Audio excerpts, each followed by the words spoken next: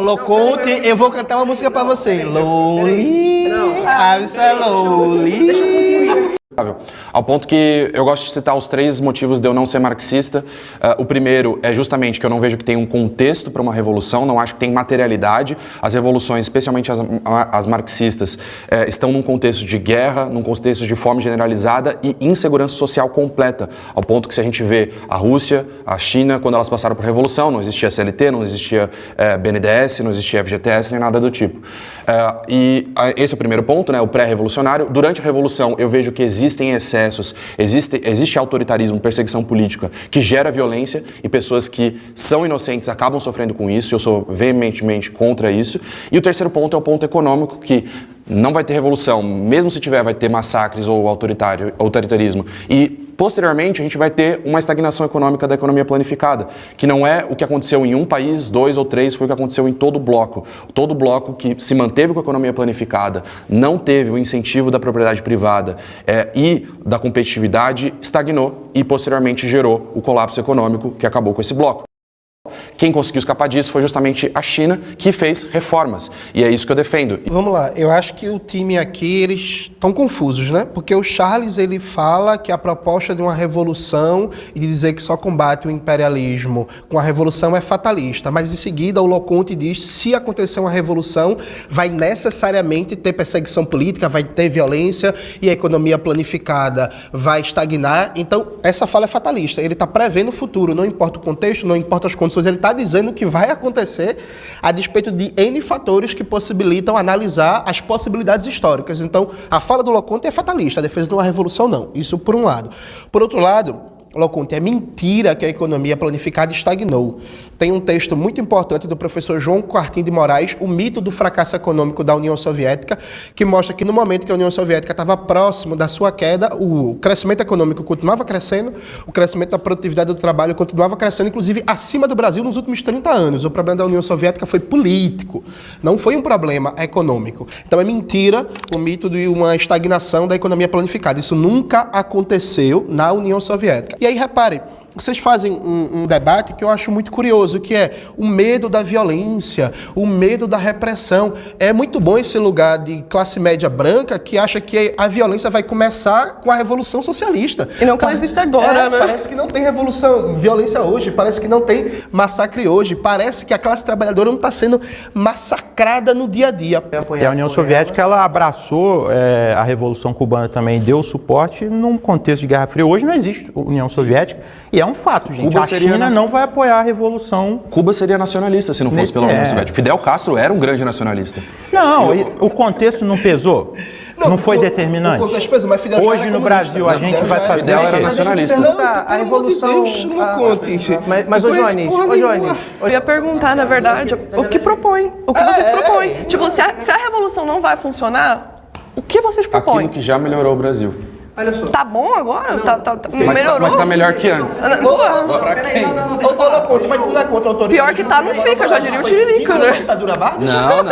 É Estado Novo? Vai voltar ao Estado Novo? Não. Eu acho que todo mundo concorda aqui. Concordo. Dito então, isso, assim, Charles, uma dúvida. Os golpes militares na América Latina foram, com exceção do golpe contra o Salvador Allende, foram todos contra projetos reformistas. Tinha uma base comunista forte ali. Fria.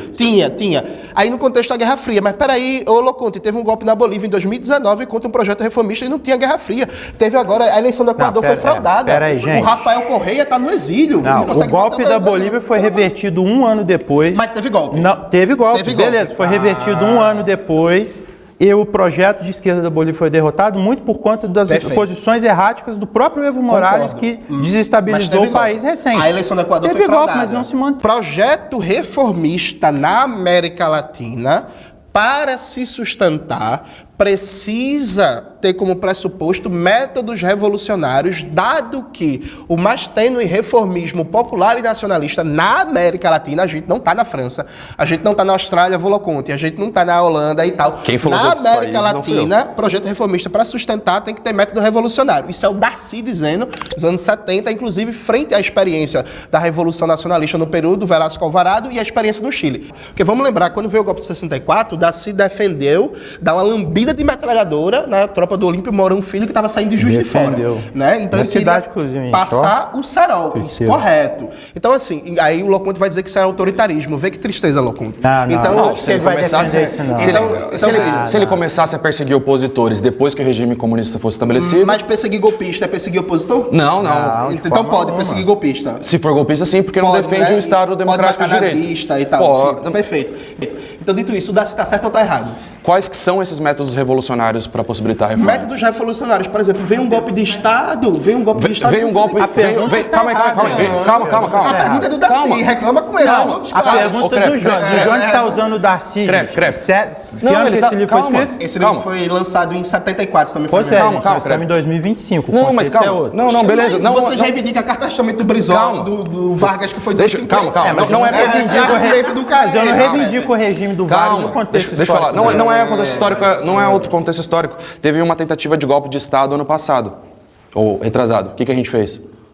Não, mas peraí. Foi efetuado o golpe de Estado? Mas tu quer comparar uma quartelada bolsonarista que tinha como objetivo criar uma GLO para os militares tomarem o governo sem um apoio orgânico de amplos setores da classe dominante com um movimento de baixo para cima? Porque, veja, não teve um golpe de Estado bem sucedido em 2023, dentre outras coisas, porque amplos setores da burguesia estavam com o governo Lula, como a Febraban, e não viam necessidade de um golpe de Estado. Outra coisa bem diferente, a própria Febraban, que condenou o golpe, o bolsonarista do 8 de janeiro, se a gente tivesse um movimento de massas na rua defendendo a estatização do sistema bancário e enquadrar o sistema financeiro brasileiro, essa própria Febraban defenderia um golpe de Estado. E a burguesia, no mundo inteiro, mas particularmente na América Latina, ela não gosta de democracia e legalidade. Ela gosta de protocolo eleitoral, enquanto o protocolo eleitoral não interfere nos seus interesses. Num dia que a gente tiver, vamos imaginar, Frederico Crepe, presidente do Brasil, nacionalista, trabalhista, vai ser vista. A porra toda. Aí ele começa a aplicar o projeto dele. Veja, vai dar uma semana,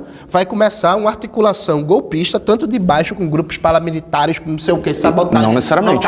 Não necessariamente, então vai ser, Loconte, então vai ser o primeiro caso na história da humanidade que a burguesia vai perder poder político, poder econômico, sem lutar por todos os meios necessários. Vai lutar, mas não necessariamente métodos golpistas. É isso mesmo? É o ursinho carinhoso. Não, é a turma da voz. Se a gente tivesse... A gente é o tópico. Eu que sou o tópico. A gente é o tópico. Você está reclamando de... Em 2002, 2002 foi Lula versus José Serra, né? Em 2002? Foi. A burguesia apoiou quem? José Serra.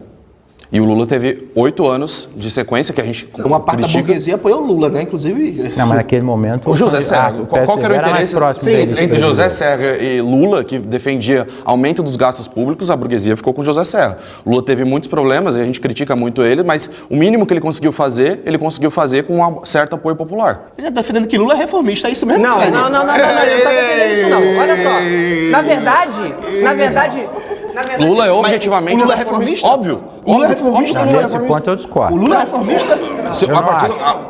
Reformista não. A partir do momento que o Lula faz alguma Lulão, reforma... neoliberalzão, é reformista? Nesse ponto eu discordo dessa Muito leitura. pelo contrário, na verdade o Lula poderia ter sido o exemplo de reformista que o Lula, sim, ele deve ter sido o maior líder político desde Getúlio, com capacidade de mobilização de massa, com capacidade de falar com o seu eleitor. Melhor que o Brizola?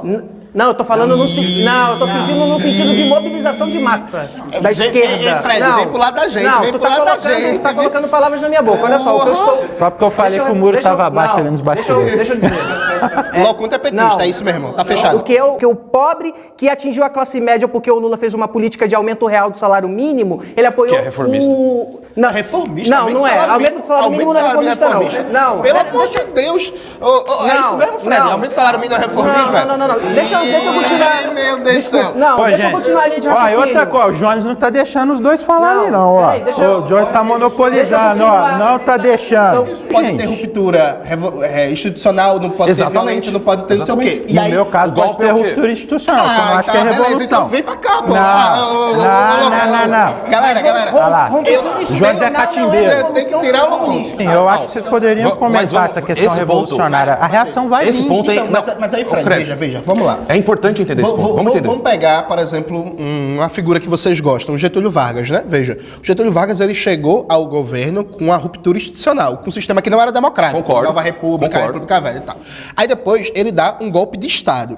E instaura aquela que até então foi a ditadura mais brutal da história brasileira em número de perseguidos, de presos, de assassinatos, gente que ficou louca na cadeia de tanta tortura e por aí vai. Então veja, é muito curioso quando, por exemplo, aí eu tô vendo que tem uma diferença aqui. Tem diferença. Porque é muito curioso quando o Loconte, por exemplo, vem, porque eu tenho medo de autoritarismo. Não, medo não. Eu acho errado matar as pessoas, mas e assim, se você não acha... a própria base do nacional-desenvolvimentismo no Brasil não veio no contexto de uma democracia liberal. Inclusive, não existe na história da humanidade processo de industrialização, como você bem colocou, e nessa revolução não existe processo de industrialização que não tenha sido precedido por uma guerra civil, por um golpe de Estado ou por uma mudança institucional tão profunda que foi autoritária. Tava certo. Então você acha que o autoritarismo é necessário? Não, eu não falei isso. Não, eu quero saber. Tá dando a entender. Mas esse tipo... Mas o que ele falou do Roosevelt não foi um golpe, foi um tensionamento institucional. Jogo duro. Vamos fazer jogo duro aí, ó. Vem pra cá, João. Olha lá, viu? Olha lá, é isso. Não dá pra ficar aqui porque tem um petista aqui. Não foge da pergunta. É necessário algum grau de autoritarismo para consolidar a industrialização, no seu ponto de vista? Pergunta objetiva. Eu não sei o que tu chama de autoritarismo. Próximo bloco. Depois a gente volta nisso, eu explico o que eu entendo como autoritarismo. Eu acho que você é liberal. Bom, você pode achar o que você quiser. Uma potência industrial em desenvolvimento. A gente vai deixar de ser um país agroexportador. O agronegócio e a mineração vão reagir. Eles já estão armados até os dentes hoje. E aí? Eles vão... calma, já estão reagindo, já estão matando indígena pra caramba. Deixa eu responder. Eles vão tentar dar um golpe de Estado. Não só. A gente tem que manter a institucionalidade. Como é que mantém? Com armas na mão, estilo Brizola, campeão da legalidade? Sim. E depois... Mas aí pode prender golpista, matar golpista... Se ele tá... Os caras querem derrubar o nosso projeto aprovado pela população. E meu Fred é autoritário. Fred é stalinista. Calma, uma coisa de cada vez. Uma coisa... As ideias, ó. Uma coisa de cada vez. Deixa eu explicar. Frederico Krepp stalinista, hein? Marxista-leninista aqui. Temos 4-2. Se esses golpistas estão atentando contra a democracia, eles merecem ser presos. Maravilha. Mortos. E depois... Não, mortos não. Não, mortos que não. Isso? Não, tá maluco? Mas se eles atirarem na gente, a gente não atira de volta. Isso é legítima defesa. Não, tá. prendeu, Você conhece... Você tá entrando em muito detalhe.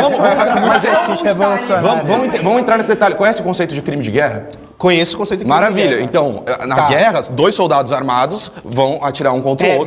Mas assim, nem todo conflito político se configura necessariamente como uma guerra. Então, vamos dar um exemplo, por exemplo, da Colômbia. Neste momento, na Colômbia, tem grupos paramilitares financiados pelo imperialismo que estão fomentando desestabilização em vários departamentos para tentar enfraquecer o governo Estão atentando contra a democracia. Contra o governo Gustavo Petro. Tem que ser combatidos. Mas o problema deles não é a democracia, o problema deles é ter um projeto de esquerda anti-imperialista lá. Até agora é o seguinte, o Charles não sabe o que fazer, o Loconte vai soltar nota de repúdio pro STF. Eu vou defender a democracia. E o Krepp é o bolsonarista. Tem um pouquinho de sangue no olho. Então, assim, tá muito difícil. Não, a gente tem opiniões divergentes, a gente não precisa se ter a mesma opinião. Não é, e o João vai me dar um golpe. doutrina. O problema... Bate, agora, a questão, gente, de verdade, por exemplo, o caso do México. O governo do México acabou de passar uma reforma em que o judiciário do México está submetido ao poder popular. Tu é a favor dessa reforma, Loconte? Não estudei ainda a fundo. Eu acho que o Loconte é contra, viu? Que ele é liberal. Não, você pode supor várias coisas, eu mas eu não defendo que todos os ministros do STF têm que ser eleitos pelo voto popular. Depende. Se no longo prazo... Tem outros exemplos de outros países? Não, eu acho que a Bolívia tem eleição direta pro judiciário. Pode ser interessante. Só que a Bolívia também está num processinho também que acabou de acontecer um problema. Você viu agora. A direita ganhou a eleição, o Supremo da Bolívia foi lá, tirou todos os golpistas da cadeia. E o campo de vocês está tão inorgânico ainda que tem um petista aqui que está defendendo tudo ao contrário. O João está de firula, catimbeiro. Então, ano que vem, a gente vai ter pelo menos um marxista em 4º lugar nas eleições, né? 4º, 3º. Vamos ver, né? Mas assim... Eu acho improvável. Vamos analisando ver. pelas eleições também é complicado, né? A gente vai ter um candidato eleições. reformista. Quem vai ser o candidato reformista? Eu queria fechar uma questão aqui rapidinho. Só Ciro Ferreira Gomes do PSDB? Não. Vamos lançar um debate aqui, gente. Eu penso que eu sou revolucionário porque quando eu vou falar de política no meu canal, o pessoal fala assim, você é revolucionário porque você está defendendo coisas muito parecidas com o que o Jones defende. Por quê? Porque eles acreditam, porque... Eu não estou dizendo que você... Loconte, eu vou cantar uma música pra você. Lonely, isso é lonely. Eu vou concluir o raciocínio que vai ficar claro. Depois eu falo. Qual que é a questão? A questão é a seguinte... No fim do dia, a gente tem que deixar de lado o ego intelectual. O Stalin fez isso, o Vargas fez isso. A gente tá do mesmo lado, né? A questão é que a gente tem que se juntar mesmo, aproveitar esse momento político pra reivindicar. E a minha forma real de ver isso é... Aí tu tá reivindicando o Stalin. Não. Não, eu só deixo de lado os erros dele, eu deixo de lado os abusos que ele fez, ao ponto que, se você defende a industrialização do Brasil, a melhoria da qualidade de vida, eu tô do seu lado. A gente conseguiu provar que Loconte é liberal. Na sua cabeça, sim.